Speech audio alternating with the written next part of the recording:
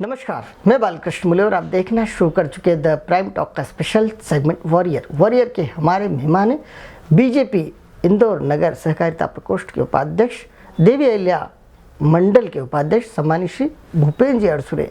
भूपेन जी, आपका स्वागत है द प्राइम टॉक के स्पेशल सेगमेंट वॉरियर के भीतर। धन्यवाद बालकृष्ण जी। भूपेन जी, आपका व्यक्तित्व देखा जाता है, आपका कृतित्व देखा जाता है, जिस तरह से आप 92-93 से सक्रिय कहीं ना कहीं संगठन का काम कर रहे हैं। उससे पहले भी आप कहीं ना कहीं पारिवारिक रूप से आपने काफ़ी कड़े संघर्ष के साथ अपने पिता के साथ मिलकर कंधे से कंधा लगाकर परिवार को आगे बढ़ाने का काम किया है।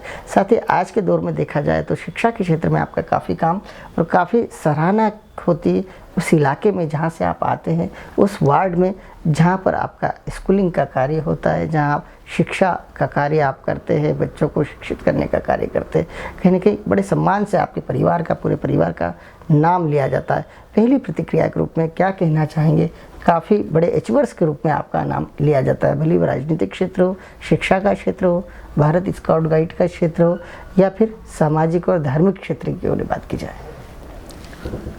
जी, जो हम लोगों की शुरुआत हुई थी जी, पिताजी ने काफ़ी संघर्ष किया। पिताजी ने संघर्ष के साथ में शिक्षा के क्षेत्र में बच्चों को अध्यापन का कार्य किया, और उस संघर्ष के साथ साथ में आज बाणगा जो बदनाम क्षेत्र एक समय माना जाता था, गरीब बस्ती क्षेत्र, श्रमिक क्षेत्र था, उस क्षेत्र में विद्यालय की, एक छोटे से विद्यालय की स्थापना एक कमरे को किराए पर लेके की थी, और 1980-81 से इस बाणगा क्षेत्र में विद्यालय का संचालन सफलतापूर्वक करते आ रहे हैं। उन्हीं से प्रेरणा लेकर के साथ में उन्होंने अपने व्यस्तम समय में, इतने विपरीत परिस्थितियों में पारिवारिक दायित्व का निर्वहन करते करते सामाजिक दायित्व का भी निर्वहन किया उन्होंने, और समाज सेवा में भी सक्रिय रहते थे, धार्मिक कार्यों में सक्रिय रहते थे। उन्हीं से प्रेरणा लेते हुए मुझे भी कहीं ना कहीं बचपन से उनकी जो छवि थी, उनसे प्रेरणा लेते हुए मैंने भी सामाजिक क्षेत्र में अपनी सक्रियता बरकरार रखी, और करीब 1997-98 में एक मराठा समाज की मराठा चैम्बर ऑफ कॉमर्स करके कोऑपरेटिव सोसाइटी की स्थापना हुई थी, और उस समय में उसमें संचालक के रूप में मुझे उसमें पहली बार दायित्व मिला था। आपके कॉलेज लाइफ की बात की जाए तो किस तरह का कॉलेज लाइफ था? कॉलेज लाइफ में हम लोगों ने गुजराती कॉलेज में हम लोगों ने अध्यापन में मेरा कार्य हुआ। मेरा बीकॉम, मैंने गुजराती कॉलेज से बीकॉम एमकॉम किया मैंने, और उसी दौरान विद्यार्थी परिषद के कुछ आंदोलनों में मुझे सहभागी होने का मुझे अवसर मिला। उसके पूर्व 1990 में सदर बाजार क्षेत्र से जहाँ हम लोगों का पूर्व निवास था, वहाँ से माननीय अडवाणी जी की अयोध्या आंदोलन को लेकर के रथ यात्रा जा रही थी, और हम उस क्षेत्र के जो हमारे वरिष्ठ लोग थे वो रात्रि को क्षेत्र में इस क्षेत्र को सजाने का, भगवामय बनाने का, भगवा झंडे लगाने का काम कर रहे थे। और हम इस समय, चूँकि उस समय में 11वीं क्लास में अध्ययन कर रहा था मैं, तो मैंने भी रात में उन लोगों के साथ में जाके सहयोगी के रूप में झंडे बांधने का और एक राम रथ सड़कों बिछाने का एक कार्य हम लोगों ने किया था।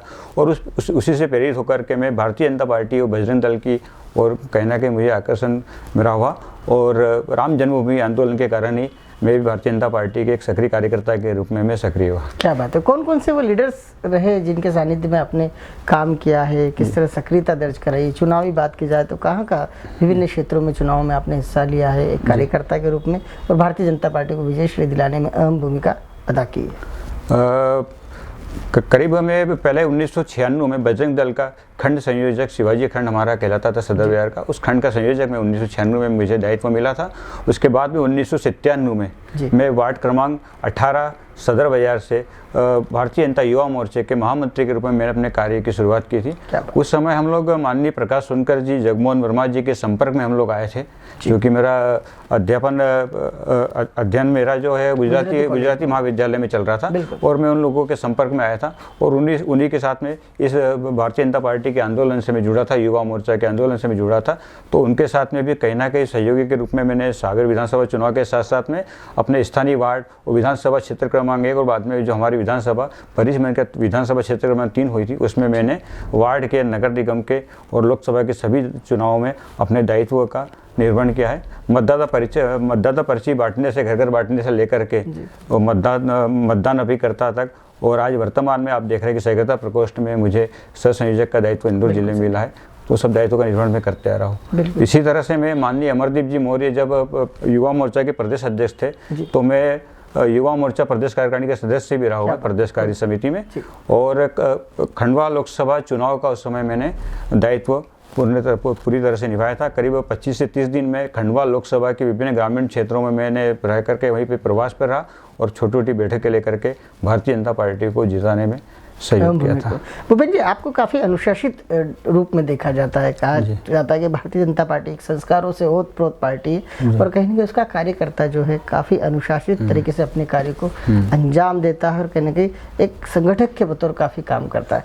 आपने पिछले देखा गया कि विधानसभा क्षेत्र क्रमांक 3 की बात की जाए, 1 की बात की जाए, दोनों ही क्षेत्रों में अपनी भूमिका अच्छी तरीके से निभाई। भले विशा दीदी की बात की जाए, आकाश विजयवर्गीय जी की बात की जाए, आखिर इन लीडर्स के करीब आने का आपको मौका मिला, इनके लिए काम करने का मौका मिला, कितना सौभाग्यशाली मानते हैं अपने आप को? ये तो बड़े सौभाग्य की बात है और मैं तो मानता हूँ कि भारतीय जनता पार्टी का हर कार्यकर्ता सौभाग्यशाली है कि भारतीय जनता पार्टी से जुड़ करके वो अपना कार्य कर रहा है और राष्ट्र हित में अपना योगदान दे रहा है। विगत विधानसभा चुनाव में उषा दीदी जब विधानसभा क्षेत्र क्रमांक 3 से हमारी प्रत्याशी के रूप में हम लोगों के बीच में आई थी, तो मैंने उनके साथ भी सहयोगी के रूप में कार्य किया। मैंने अपने जो भी दायित्व मिले विधानसभा चुनाव को लेकर के युवा मोर्चा को विशेष युवा मोर्चा के विभिन्न आंदोलनों को, विभिन्न कार्यक्रमों को लेकर के उसका मैंने निर्वहन किया था। और उसके बाद में माननीय दीदी ने मुझे जन भागीदारी समिति शासकीय Atal Bihari Vajpayee art and commerce महाविद्यालय की जन भागीदारी समिति में मुझे अपना प्रतिनिधित्व दिया था और वहाँ पर मैंने विकास कार्य आप देखेंगे तो लगभग वहाँ पर 15 से 16 विकास कार्य मेरे कार्यकाल के दौरान हुए हैं। ये एक उपलब्धि हम लोगों की रही। इसी तरह से समय समय पर विभिन्न आयोजनों को लेकर के उन्होंने मुझे जिम्मेदारी देते गए और मैंने उनका निर्वहन करता रहा।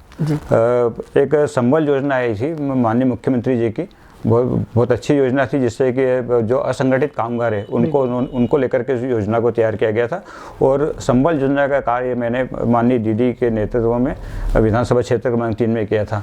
उसमें मैंने थोड़ा सा उसको अनूठी पहल करते हुए पूरे मध्य प्रदेश में पहली बार सेल्फी विद संबल हितग्राही एक ऐसा अभियान चलाया था और उस अभियान में मैंने हम लोगों ने एक फ्रेम तैयार की थी और फ्रेम के माध्यम से उसमें हम लोगों ने मतदान केंद्र स्तर पर हम लोगों ने एक संपर्क अभियान संबल हितग्राही के साथ कराया था और उनको भारतीय जनता पार्टी का हम लोगों ने मेंबर भी बनाया था। उनके साथ में एक सेल्फी ली थी, सेल्फी में उनको फ्रेम में सेल्फी लगा करके फिर उनके साथ हम लोगों ने भारतीय जनता पार्टी जुड़ने का आह्वान किया था। क्या बात है, खूबसूरती के साथ नवाचार करने की आपकी आदत यूँ कहे कि शगल सा बना हुआ है कि जब भी आप कोई काम करते हैं, अनूठी कार्य करते हैं और वो पार्टी के भीतर, संगठन के भीतर की चर्चा का विषय सा बन जाता है। खास बात करना चाहेंगे जिस तरह से नगरीय निकाय चुनाव आने वाले दिनों में हो सकते हैं, ऐसे में आप भी सामान्य पुरुष के बतौर अपना दावा पेश करना, किस तरह की तैयारियां हैं नगरीय निकाय चुनाव की, खासतौर से आपकी? वर्तमान में वार्ड क्रमांक 57 विधानसभा क्षेत्र क्रमांक 3 में, चूँकि मैं विधानसभा क्षेत्र क्रमांक 3 मेरा कार्य क्षेत्र रहा है और विगत चुनाव में भी माननीय आकाश विजयवर्गीय जी के नेतृत्व में हम लोगों ने विधानसभा चुनाव में हम लोगों ने कार्य किया था और जो भी जवाबदारियां मुझे चुनाव को लेकर के मिली थी उसको हम लोगों ने निर्वहन भी पूरी निष्ठा के साथ किया था। और अभी वर्तमान में मैं दिव्य अलिया मंडल विधानसभा क्षेत्र क्रमांक 3 में उपाध्यक्ष का दायित्व भी है और उसी क्षेत्र में कार्य करते हुए अभी वर्तमान में जो नगर निकाय चुनाव को लेकर के वार्ड आरक्षण हुआ है और उस वार्ड आरक्षण में वार्ड क्रमांक 57 रामबाग नारायणबाग जो क्षेत्र है वो सामान्य पुरुषों के लिए आरक्षित हुआ है। तो मैं भी संगठन के अन्य जो दावेदार है उन्हीं की तरह मैं भी अपनी दावेदारी उस वार्ड से पेश कर रहा हूँ और अभी लगातार मैं फील्ड में सक्रिय हूँ। चूँकि वो मराठी भाषी बहुल क्षेत्र है तो इसी कारण से भी एक दायित्व मेरी दावेदारी बन रही है और मैं लगातार उसमें क्षेत्र में संपर्क कर रहा हूँ। जो अपने व्यक्तिगत संपर्क वाले काफ़ी परिवार है उस वार्ड में, विशेष करके जैसे हमारे पिताजी है श्री दिनकर राव अड़सूरे जी, वो छत्तीस मराठा समाज पब्लिक ट्रस्ट के ट्रस्टी भी है विगत 15 वर्षों से और छत्रपति शिवाजी सहकारी साख संस्था के भी 15 वर्षों से संचालक है और लगभग दोनों संस्थाओं के मिलाकर लगभग 1500 से 2000 सदस्य उसी वार्ड में निवास रहते हैं। तो उन सदस्यों से भी हम लोगों का विगत 15 वर्षों से लगातार संपर्क है। तो उनके संपर्क साथ में हमारे जो व्यक्तिगत संपर्क हम लोगों के उस वार्ड में उनको हम लोग लेकर के उस क्षेत्र में फील्ड में हम लोग कार्य कर रहे हैं। बिल्कुल, आपकी सक्रियता काफ़ी देखी जाती है, आध्यात्मिक रूप से भी काफ़ी आप स्ट्रॉन्ग कहलाते हैं। जैसे जिस तरह से आपकी सक्रियता विभिन्न आयोजनों में आप सक्रियता दर्ज कराते हैं, कहाँ कैसे शुरुआत हुई, कौन से गुरुजन है जहाँ से आपको अपने जीवन को आगे बढ़ाने का जो मूल मंत्र मिला हुआ है? मैं अध्यात्म की ओर, धर्म की ओर तो मेरा बचपन से रुझान रहा है। और मैं करीब 5वीं क्लास से ही मैं नियमित मेरी जो दिनचर्या रहती थी वो भगवान के पूजन के साथ ही शुरू होती थी, माता जी के संस्कारों के कारण।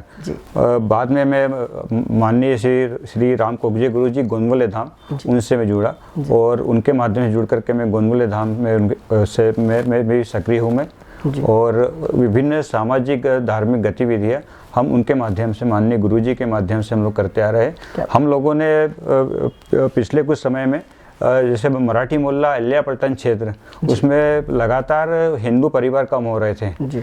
तो हिंदू परिवारों को हम लोगों ने एकत्रीकरण के उद्देश्य से, उनको एक स्थान पर लाने के उद्देश्य से, उनको संगठित करने के उद्देश्य से हम लोगों ने एक सामूहिक राम नाम जाप का संकल्प भी हम लोगों ने लिया था। और अल्यापल्टन में श्री राम मंदिर में हम लोगों ने माननीय श्री राम कोकजे गुरु जी के मार्गदर्शन में, उनके आशीर्वाद के साथ, उनकी उपस्थिति के साथ में हमने सप्ताह में एक बार एक सामूहिक राम नाम स्मरण का कार्यक्रम भी शुरू किया है। क्या बात है। आपने स्काउट गाइड के क्षेत्र में भी काफ़ी बड़ा नाम है, यूँ कहे कि आपको जो पुरस्कार मिले हैं वो हमेशा सम्मान के साथ बताए जाते हैं कि आपने भारतीय स्काउट गाइड के क्षेत्र में भी काम किया। किस तरह शुरुआत हुई थी, किस तरह के सम्मान मिले हैं आपको इस क्षेत्र में? स्काउटिंग के क्षेत्र में भी मैं वर्ष 94-95 से मैं सक्रिय हूँ। और हमारे मेरे आदर्श स्वर्गीय श्री प्रकाश हेड़ो जी और वर्तमान में स्काउटिंग के अध्यक्ष श्री भगवत शर्मा जी के साथ में स्काउटिंग के आंदोलन से भी जुड़ा था। और हम लोग उसमें स्काउटिंग के आंदोलन के माध्यम से बच्चों के जीवन में अनुशासन और स्काउटिंग आंदोलन को आगे बढ़ाने के लिए हम लोग चला रहे थे। स्काउटिंग में मैं सहायक जिला आयुक्त, उपाध्यक्ष आदि पदों पर रहते हुए उसमें मुझे अच्छे उत्कृष्ट समाज कार्य के लिए राज्यपाल द्वारा मुझे अवार्ड देकर सम्मानित किया जा चुका है। क्या बात है, क्या बात है। मनुष्य को जब सम्मान मिलते हैं तो उसका कृतित्व और निखरता है और उसे समाज सेवा की दिशा में आगे बढ़ने का और जज्बा पैदा होता है। आपके भीतर वही जज्बा इन दिनों देखा जा रहा है। खेल की गतिविधियों में किस तरह भूपेन जी आप सक्रिय रहे, किस तरह अपने आप को फिट रखने के लिए आज व्यायाम करते हैं, सक्रिय रहते, लोगों के बीच में कितना समय गुजारते हैं, खासतौर से उन क्षेत्रों में जहां आप चुनावी रण में उतरने का मन बना रहे हैं? जी, आपने खेल को लेकर के बात की पहले, तो मेरे जो दिन की शुरुआत है योग के साथ में होती है, जो दैनिक व्यायाम और योगा है। चूँकि मैं मराठी मोहल्ले में रहते थे और मराठी मोहल्ले में अखाड़े के पास में मेरा घर था, तो शुरुआत ही हम लोगों की शुरुआत जो होती थी सुबह की दिनचर्या की, वो योगा और व्यायाम के साथ होती थी। जिस क्षेत्र में हम लोग काम करना चाह रहे हैं, ऐसा वार्ड 57 का जैसे भी आपने उल्लेख किया, तो उसमें हम लोग अपने सामाजिक परिवारों के साथ साथ में जो भी वहाँ के जो क्षेत्रीय नागरिक है, जो हमारे व्यक्तिगत संपर्क वाले हैं, उन लोगों के लगातार सतत हम संपर्क में रहते हैं। उनकी जो भी दैनिक दिनचर्या को लेकर कुछ जो समस्या आती है, उसको भी हम लोग अपने स्तर पर दूर करने का प्रयास करते हैं। किसी तरह का कोई गोल है भूपेन जी आपका कि जिस तरह से कॉर्पोरेटर बनना ही आपका गोल है, या फिर इससे आगे भी अपने आप को आप स्थापित करना चाहते जनसेवा के माध्यम से समाज के भीतर? लक्ष्य तो समाज कार्य का लेकर हम निकले। कारपोरेट बनना, पार्षद बनना गोल नहीं है। संगठन की, चूँकि हम संगठन से जुड़े हुए लोग हैं और संगठन की सेवा कर रहे हैं, उतने समय से सेवा करते करते संगठन जो आदेश देगा वो हम लोगों के लिए सर्वोपरि रहेगा। बिल्कुल सही कहा। पार्षद का, चूँकि संगठन में इतने समय से काम कर रहे हैं और अनुकूल परिस्थितियाँ है, वार्ड हम लोगों के अनुकूल मुझे कहने का ऐसा लग रहा है व्यक्तिगत संपर्कों के आधार पर, तो इसलिए उस वार्ड से हम दावेदारी कर रहे हैं। अगर संगठन आदेश करेगा तो पार्षद के चुनाव में भी हम लोग निश्चित ही संगठन की उम्मीदों पे खरा उतरते हुए विजयश्री को प्राप्त करेंगे। बिल्कुल भूपेन जी, और आप तो स्वयं एक साधारण व्यक्तित्व के धनी है, क्योंकि भारतीय जनता पार्टी का यूँ कहे कि जो 2.5 दशक पुराना कार्यकर्ता जो होता है, काफ़ी बड़े लीडर्स के सानिध्य में अपने आप को रखता है और कहने की पार्टी की रीति नीति विचार सिद्धांत सबको आत्मसात सा कर लेता है। और यही भारतीय जनता पार्टी के कार्यकर्ता की असल पूंजी होती है। और वही व्यक्तित्व, आपका कृतित्व निखर कर आपके चेहरे पर, आपके व्यक्तित्व के भीतर लगातार दिखाई देता है। आगामी दिनों में जिस तरह से आपने सपने सुलझाए हैं अपने कृतित्व को लेकर, आगे बढ़ने को लेकर, ईश्वर जरूर पूरा करे। आपने द प्राइम टॉक से चर्चा की, एक योद्धा की तरह चर्चा की, एक वॉरियर के रूप में चर्चा की। आपका हृदय से बहुत बहुत धन्यवाद। नमस्कार। धन्यवाद।